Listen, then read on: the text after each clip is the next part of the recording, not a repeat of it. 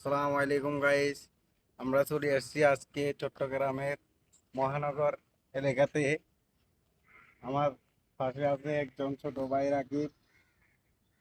তোমার নাম কি? রাকিব ইমন। রাকিব হাসান ইমন, কোন ক্লাসে পড়ো? ক্লাস 9। পড়ালেখা করতে পারো? সংসার খরচ কে চালায়? কাম গাছ নাই ঠেঙ্গে কেন মাঙ্গা। ও আচ্ছা আচ্ছা। তো তোমার আব্বা কি করে? আছে না মারা গেছে? মারা গেছে। সংসারের চাপ কি তুমি সবকিছু তুমি বন্টন করো? আমি সবকিছু। ও আচ্ছা আচ্ছা। তো আচ্ছা ঠিক আছে ছোট ভাই রাকিব, তুই দেখি আমার অনেক কষ্ট লাগতেছে।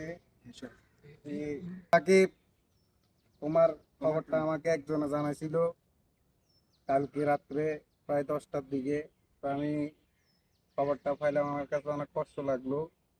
তো আমার তরফ থেকে যা পারি তোমাকে দিব আর কি।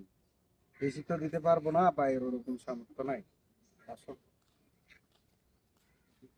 তার জন্য আমি আপাতত 15 দিনের খাদ্য যা যা আছে, এখানে চাউল আছে, ডাউল আছে, অন্যান্য আরো অনেক কিছু আছে, এগুলা নিয়ে আমি তাকে আপাতত 15 দিনের খাওয়ার উপহার দিতেছি।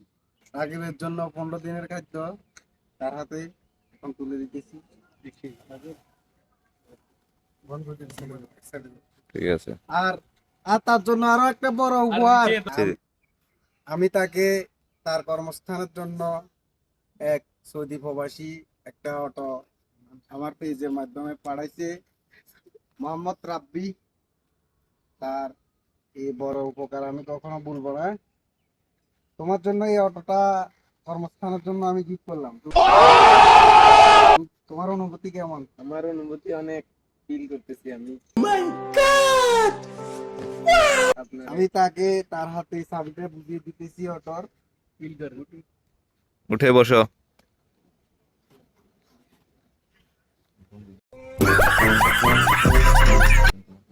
তোমার কেমন লাগতেছে? আলহামদুলিল্লাহ অনেক ভালো লাগতেছে আমার। হ্যাঁ, পরিবার কেমন? তোমার পরিবারের অনুভূতি কেমন হবে?